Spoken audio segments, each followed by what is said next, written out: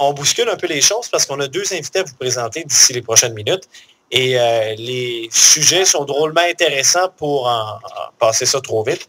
Et notre premier invité, il vient nous parler aujourd'hui, c'est la semaine de sensibilisation aux maladies mentales qui commençait hier.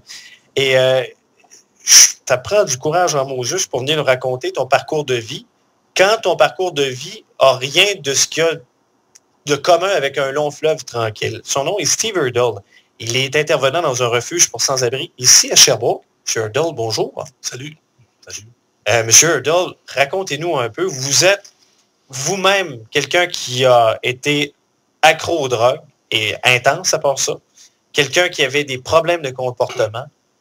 Racontez-nous un peu, là, si je vous demande en 1 minute, là, le chemin de vie de Steve Hurdle, ça commence comment et comment ça change? Bon, pour faire une histoire courte, depuis que je suis jeune, j'ai des sauts d'humeur. Tu sais, j'ai commencé à avoir des idées suicidaires dès l'âge de 7 ans. Donc déjà, très jeune, il y avait quelque chose qui filait pas dans de moi, mais bon, je l'ai su juste à l'âge de 32 ans. Donc pendant toutes ces années-là, j'ai traîné ça. Ça m'a amené, bon, à abuser de la drogue en masse, puis de tout ce qui vient avec, là. C'était comme... l'héroïne, entre autres? L'héroïne, cocaïne par intraveineuse, c'était mes drogues de choix, si on veut dire. Donc, ça m'a amené jusque-là. C'était la fuite, puis c'était le suicide à petit feu aussi. Là, au lieu de... à l'époque, je me disais, au lieu de me pendre, ben, je vais y aller comme ça, je vais en finir. T'sais. Mais vous deviez être le petit gamin tannant à l'école, que les professeurs détestaient, puis qui disaient qu'ils n'étaient pas capables de se concentrer, tout ça, non? Ben, au contraire, il y a des profs qui m'aimaient. J'étais quand même un petit cul assez attachant, et puis tout ça. Mais bon, j'étais agité. J'aimais ça bouger, puis j'avais de la misère à rester en place. Mais j'avais pas de misère avec mes profs, du moins au primaire. Secondaire, c'était différent un peu. J'avais de la difficulté, là, j'avais de la misère à me concentrer justement, puis garder l'esprit alerte là, pour l'école. Là, j'avais de la difficulté avec ça déjà. Là. Qu'est-ce qu'on vous diagnostique à 32 ans? C'est quelque chose qui s'appelle la dysthymie. C'est un problème d'humeur, un état dépressif. Donc, c'est un peu les mêmes symptômes qu'une dépression nerveuse, mais c'est chronique. Ça reste tout le temps là. Puis les vagues émotives sont moins intenses. Donc c'est souvent la déprime, la tristesse, la nostalgie, les idées noires qui rôdent là. Et ma foi du bon Dieu, quand on s'en sort, M. Hurdle, parce que vous êtes ici pour nous parler aussi de votre réalité quotidienne, qui est celle d'accompagner et de vivre à travers les sans-abri de Sherbrooke, ce qu'on n'imagine pas. D'ailleurs, on ne veut pas voir ça, que ça existe à Sherbrooke. Mais quand on a ce parcours-là, la dernière place, il me semble que naturellement, on veut se retrouver, c'est à travers d'autres poquets. Comment vous faites pour passer à travers de ça tous les jours? Ben moi, je ne vois pas ça comme ça, parce que, bon, à l'époque, j'ai été aidé.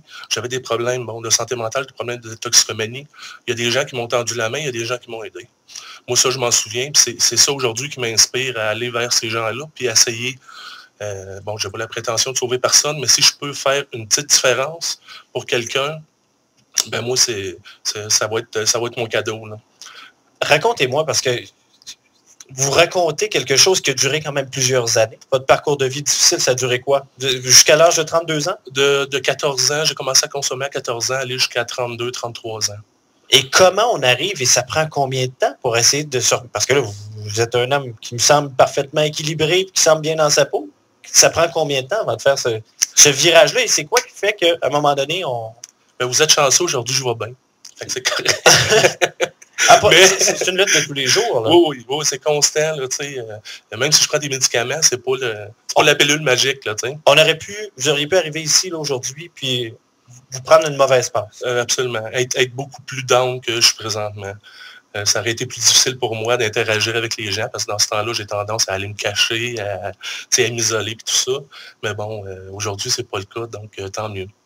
Mais ça a pris combien de temps, juste pour le bénéfice de nos auditeurs, le moment où, à 32 ans, ça survient et vous avez lâché quand même, là, c'est pas de la cigarette, là, puis c'est pas picolé là, qu'on parle là, quand même de drogue. Ben, dont le taux d'addiction est très fort. Oui. Ben, bon, ça dépend de tout le monde, mais moi, je me suis réveillé en avril 2000, après 8 jours de coma à l'hôpital après une overdose d'héroïne. Donc, moi, c'est là que ça a commencé. Je me suis ouvert les yeux. Bon, j'étais branché de partout, respirateur artificiel, puis tout ça. Ça faisait 8 jours que je dormais. Puis là, bon, OK. Là, j'avais atteint... Tout le monde a son bas fond, là. Tout le monde a le fond du baril différent. Mais moi, c'était ça. Donc, j'ai eu la chance de me réveiller. Les médecins m'ont dit, t'es chanceux. On en sauve 1 sur 10 aux 5 ans, là, tu sais, là, comme toi, t'es chanceux. Donc, à partir de là, je me suis dit, OK, faut que je fasse quelque chose avec ça. Ça ne s'est pas passé tout de suite. Le cheminement, c'est long. Ça a pris quand même... ça, c'était en 2000. Je suis rentré en thérapie seulement en septembre 2002. J'ai rechuté après ça. Je suis retombé encore pire. Écoute, c'était l'enfer. Mais bon, ça a pris 2 ans avant que je me décide d'aller en thérapie. J'ai fait une autre petite thérapie avant, mais bon, ça n'a pas compté. J'ai rechuté presque tout de suite. Les gens à qui vous tendez la main à Sherbrooke, vous les croisez où? Dans quelles circonstances? Comment? Puis vous les aidez comment? Ben, je travaille à l'accueil Poirier, ça fait 1 an. C'est un refuge pour sans-abri. Donc, c'est des soins de première ligne. Hein. Les gens arrivent là, c'est des gens, beaucoup de gens problèmes de santé mentale, toxicomanie à l'extrême, bon, prostitution, des gens qui ont été battus dans la jeunesse, puis tout ça, du monde vraiment poqué, magané. Mais bon, par mon parcours, je suis capable de comment dire, saisir les gens assez vite. Donc, vu mon expérience, je suis capable d'aller vers eux autres assez facilement. Pas toujours, il y a des personnes c'est plus dur que d'autres, mais en fait, c'est comme ça que j'essaie de les aider, juste de les prendre, de les faire rentrer, de leur donner un souper avec une serviette pour qu'ils prennent une douche, puis s'ils veulent aller plus loin, ben, on a plein de ressources, mais on ne fait pas du recensement là, pour trouver du monde, on ne pousse pas les gens à aller vers ça, parce qu'il faut vraiment que ça soit faut que ça soit toi qui sois prêt à aller là. Fait qu'on ne peut pas comme encourager les gens. Let's go, va en thérapie, ça ne marche pas, ça.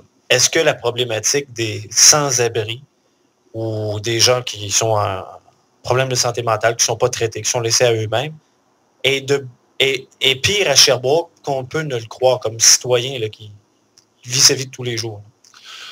Ben, à votre avis, là? Absolument.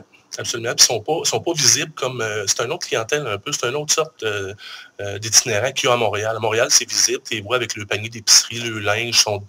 Mais ici, c'est pas ça. Ils sont plus invisibles un peu, ils sont plus dans la masse. Mais l'année passée, à l'accueil, on a servi près de 600 hommes et puis à peu près 200 femmes. Ah. Donc, puis bon, on en refuse. Il y a au moins une trentaine de refus par mois. Puis l'hiver, bon, ça peut monter à 50-60. Là. Okay. Il y a un gros problème qui est là. M. Hurdle, merci beaucoup de nous aider à voir cette réalité-là, mais merci aussi de votre implication. Ben, merci à vous d'avoir pris le temps de m'inviter. C'est important qu'on en parle. Et félicitations. Vous semblez avoir repris votre vie en bonne main, en tout cas, de ce qu'on constate. Ben, absolument. C'est tout le temps un combat, mais bon, c'est plus facile aujourd'hui que ça l'était dans le temps. Merci beaucoup. Mais si demain vous êtes de mauvaise humeur, là, vous penserez qu'il y a plein d'auditeurs qui vous ont écouté ce matin et qui ont retenu à travers ça que c'est toute une question de vibration humaine, des relations qu'on doit avoir. Absolument. Merci beaucoup, Steve Hurdle. Merci beaucoup. Merci, au revoir. Merci. Steve Hurdle, il est intervenant. Vous avez entendu son témoignage. Vous en avez manqué un bout. C'est quoi.com, section Estrie. Vous pourrez le réentendre en web diffusion.